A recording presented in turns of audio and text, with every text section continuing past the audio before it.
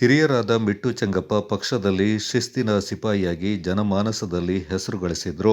ಸಜ್ಜನ ರಾಜಕಾರಣಿ, ಕಾಂಗ್ರೆಸ್ ಪಕ್ಷದ ಹಿರಿಯ ಮುಖಂಡರು, ಕರ್ನಾಟಕ ಪ್ರದೇಶ ಕಾಂಗ್ರೆಸ್ ಸಮಿತಿಯ ಮಾಜಿ ಉಪಾಧ್ಯಕ್ಷರು, ಕಾಂಗ್ರೆಸ್ ಪಕ್ಷದ ಶಿಸ್ತಿನ ಸಿಪಾಯಿಯಾಗಿ ಸೇವೆ ಸಲ್ಲಿಸಿ ಜನಮಾನಸದಲ್ಲಿ ತಮ್ಮದೇ ಛಾಪು ಮೂಡಿಸಿದ್ದ ಯಶಸ್ವಿ ಉದ್ಯಮಿ ಮಿಟ್ಟು ಚೆಂಗಪ್ಪ ಅವರ ಅಗಲಿಕೆ ಸಮಾಜಕ್ಕೆ ತುಂಬಲಾರದ ನಷ್ಟವಾಗಿದೆ ಎಂದು ಮಡಿಕೇರಿ ಶಾಸಕರಾದ ಡಾ ಮಂತರಗೌಡ ಸಂತಾಪ ವ್ಯಕ್ತಪಡಿಸಿದ್ದಾರೆ.